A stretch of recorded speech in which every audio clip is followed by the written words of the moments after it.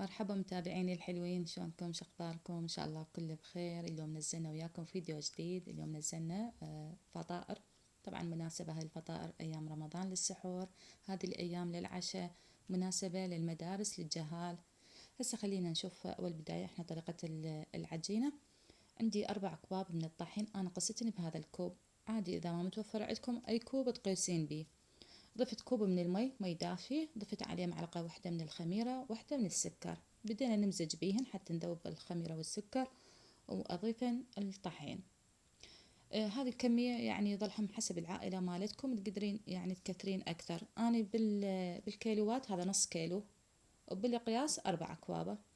ضفت عليه نص معلقة من الملح، وبديت أعجن بيه. أنا دائما أقول لكم الطحين الصفر شوية نعجنه عجينة زينة، يعني يختلف عن طحين الحصة. انا ما ضفت لها بعد مي، شوفي يعني هي تلزق بايدي، بس يعني لا تحتاج طحين لا تحتاج مي. راح اضيف لها زيت.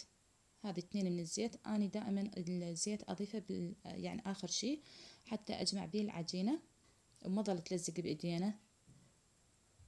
هذه كملناها، شوفوها بعد يعني ما تلزق بالايد. راح اخليها تختمر حسب الجو، لان هالايام الجو دافع عندنا، بسرعة تختمر ما تتاخر. هسه عندي هذه الحشوة. صدر دجاج واحد، قليل من اللي يعني الشحمة، واحدة يعني من الطماطة، 2 من البصل، فلفل، هذا فلفل حار، وشوية قليل من الكرفس، يعني تقريبا ربع باقة من الكرفس. أول شي أنا أثرم البصل، أنا راح أثرمه بيدي، يعني أفضل شي من ثرمه بمحضرة الطعام. وعندي ثوم هم يعني ما ذكرته بالمقادير. حبة واحدة من الطماطة، من الفلفل، قليل من الكرفس، صدر دجاج واحد. واللية إذا ما متوفرة يعني الشحمة، إذا ما متوفرة عادي ماكو مشكلة لا تضيفينها، بس هي شوية تعطي نكهة طيبة ويا صدر الدجاج. ثرمت البصل كملته، وثرمنا الطماطة. شوية عندي الطماطة مستوية، بس لأن إحنا راح نستوها. هسه ثرمت الكرفس. وهذا عندي الفلفل، هذا فلفل حار بس اعطى نكهة كلش طيبة، يعني ما يعطى حرارة كلش قوية، بس أنا وخرت الحبة داخل الفلفل. هسه ثرمت هذه عندي اللية أو الشحمة، وثرمنا الصدر الدجاج، يعني صدر واحد. أنا صار عندي كمية من الفطائر تقريبا 22 وحدة يعني قرص. هسه ثرمناه بهالشكل هذا، نعمناه، وراح ننتقل للطباخ. خليت الطاوة أول شي يعني حمت بدون ما أضيف زيت. ضفنا الشحمة والصدر الدجاج. أريد شوية يعني شيء أكيد راح يذب صدر الدجاج، يذب مي، فإحنا نشفناه من المي وذبت الدسومة مالته. فالدور إحنا نضيف البصل، يعني البصل لا تضيفونه أول بداية، لمن تروح الزفرة مال الدجاج. هذا البصل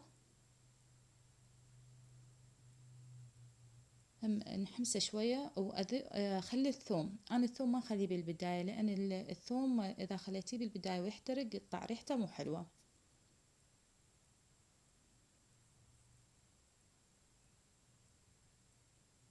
هم حمسة قليلة بدون زيت، أنا ما ضفت زيت نهائيا. وعندي هذا الطماطة والفلفل.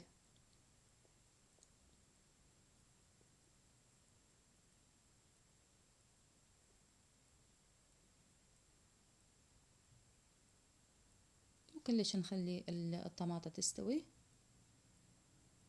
راح أضيفن التوابل، واللي التوابل اللي متوفر عندكم، مو شرط اللي عندنا تحبون نكهته. هسه أنا ضفت هذه يعني البهارات المشكلة، يعني احنا نسميها بهارات السبعة: الكركم، البابريكا، بهارات الدجاج، والملح يظل حسب الرغبة.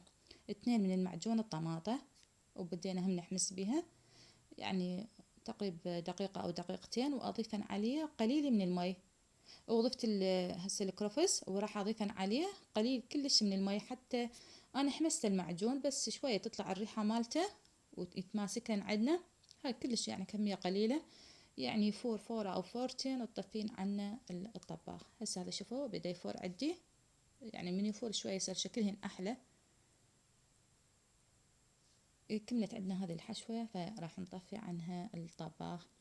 وعندي هذه العجينة أقل نص ساعة، لأن قلت لكم الجو حار عندنا فرأسا تختمر. نطلع عنها الهواء ونبدي نقطعها.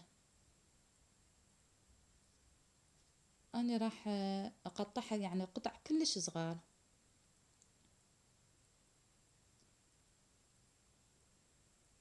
بالشكل هذا، شوفوا قطعها كلش نقطعها صغار.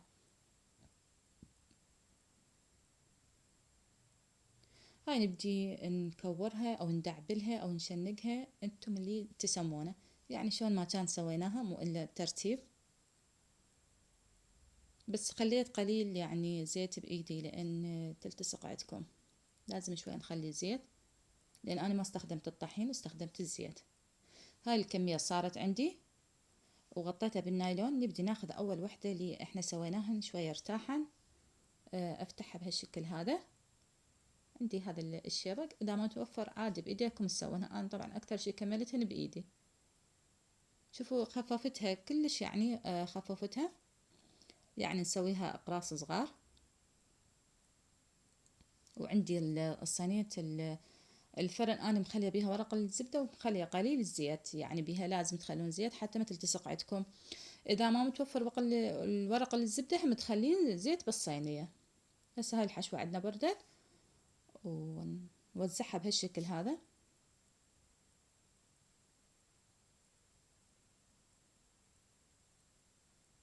عندي الفرن حامي، نخليها برف الوسط، نعلق الأسفل والأعلى. إذا الأعلى عندكم أكو يعني الأفران مو كل الأفران تشابه، أكو يعني بس الأسفل عادي شغلينه تستوي، وبعدين تعلقين الأعلى هم تستوي، يعني مو شرط الاثنين سوا. هذه سويتها بإيدي بدون شبك، شوفوا شلون هم مرتبة وحلوة، والخف مالتها أنا خففتهن كلش، بس بعدين من يعني استوى النفخن عندنا. هذا شكلها. صار عندي ذن 3 صواني بعد وحدة بالفرن. صار هن 22 قطعة على صدر دجاج واحد. هذا سويته للعشاء وحبيت أشارككم بها هذه الطريقة. هسه بردن عندنا. شوفوا الخف يعني لا خفيفات ولا أثخان، كلش حلوات. هم مناسبات يعني تسوين للجهال، للمدارس، أيام رمضان هم تسوين تحتفظين بيهن. اللي إحنا الكل بيت عندنا جهال طبعا ما عليهم صوم، ما يستحقون. فهذه هم يعني تفيدهم للمدارس ياخذونها. يعني ذني نفس الطريقة تسوينهن وتفرزينهن. هذا شكلها. هي مو بس شكلهن طبعا، وطعمهن كلش طيب، وإن شاء الله عجبتكم الطريقة. شوفوا القفة مالتهن، طبعا قفاهن كلش حلو. هذه اليوم طريقتي وحبيت أشارككم بها، وإن شاء الله استفادتوا من هذه الطريقة. وإذا أول مرة تزورون قناتي أتمنى تشتركون بها وتفعلون الجرس حتى يوصلكم كل جديد. وتحياتي لكل يتابعني، ونقول لكم سهمكم العافية، مع ألف سلامة.